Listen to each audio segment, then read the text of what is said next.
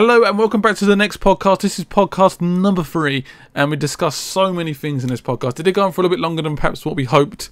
It was actually quite a long little podcast, but I enjoyed it a lot. I hope you enjoy it as well. Give it a nice smack of a like if you go ahead and enjoy the video. But we discussed loads and loads of gaming stuff. ALll, Watch Dogs, Batman, the new DLC. Loads of other stuff as well. So hope you enjoy it. Let us know in the comments if you want to see this podcast on iTunes. And we'll probably see about doing that in the future. But anyway, enjoy the podcast. I wanted to bring up some sad news that I don't know if you know, Scott, but what's this sad news? I wanted to tell you that Sucker Punch revealed the reward for the paper trail missions. I think I've seen this actually. Oh my god.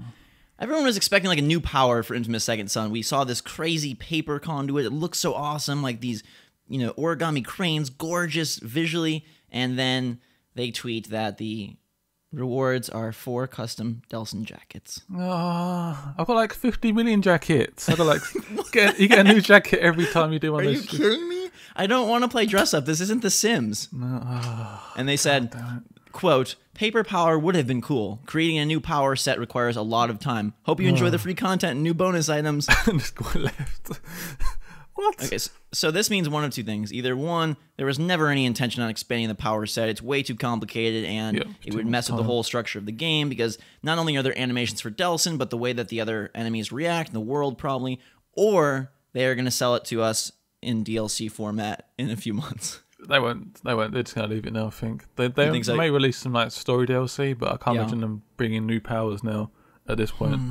After they say this, the paper trail was so involved. It was like a really cool thing. You have to mix online. Sometimes it was cool. It was quite tedious, in my opinion. It's like I had to go on my computer, like looking for these silly little clues, idea. And then it had a premise, perhaps if it's actually within the game.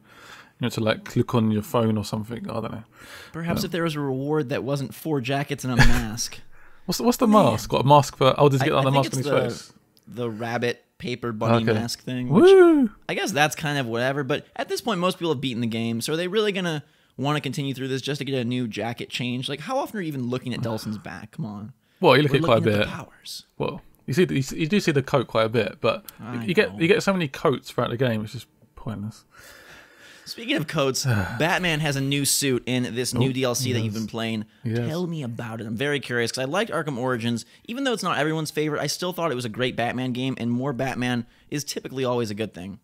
So basically, this takes place after the main Origins game finishes. So you then jump into like it basically goes back. So you finish on I think Christmas Eve, Christmas Day, and this jumps to like New Year's Eve. And Mr. Freeze has gone a little bit crazy with Mr. Penguin, and basically. It's just like basically like the initial time you have with Mr. Freeze, so it's the first time you sort of actually get together. Yeah. Okay. Basically, it's just more Batman, which is perfectly fine by me. But they basically close off certain areas, keep it quite confined within a sort of environment. Yeah. But you get new powers, you get new batarangs and stuff, so it's pretty cool. And the suit's quite epic. Now, does it feel really fleshed out? Because there was some. They touted all these assassins in Arkham Origins, and it felt like some of them were full-on missions, and then some were just random side stuff you could skip. Like, you'd wander into a mansion and be like, oh, there's one of the assassins, and track him down. Does this feel more like a real story set-piece type thing than that? It does. You got to build like drills and stuff to get to the next area, and there's like certain codes you need to find and stuff. But generally, it's got the main story, and you've got a few little side stuff to do, like with the Anarchy guy. But yeah, it's pretty much just the same story running with sort of Mr. Freeze. I think you do sort of emphasise with Mr. Freeze quite a bit because he's just trying to like get his wife back, and I quite like that story because it's just him trying to get his wife back and save her in some way.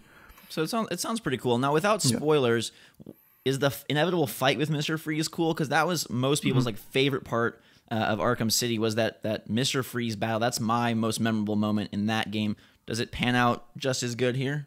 I think so, yeah.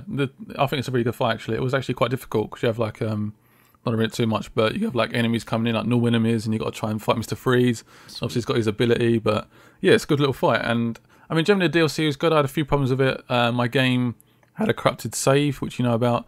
Oh, God. And it froze once, but the DLC is about an hour and a half, hour and 40 minutes, which isn't that long either.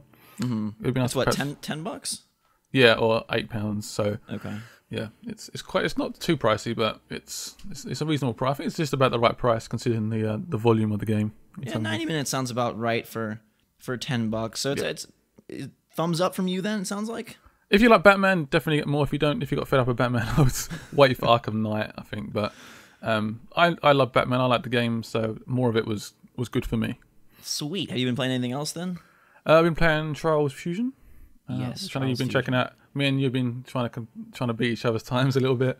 Yeah, that's really fun. I know there's no like strict online mode, but just seeing your little name like bounce up and down the hills drives me absolutely crazy. It'll be like 12:30 a.m.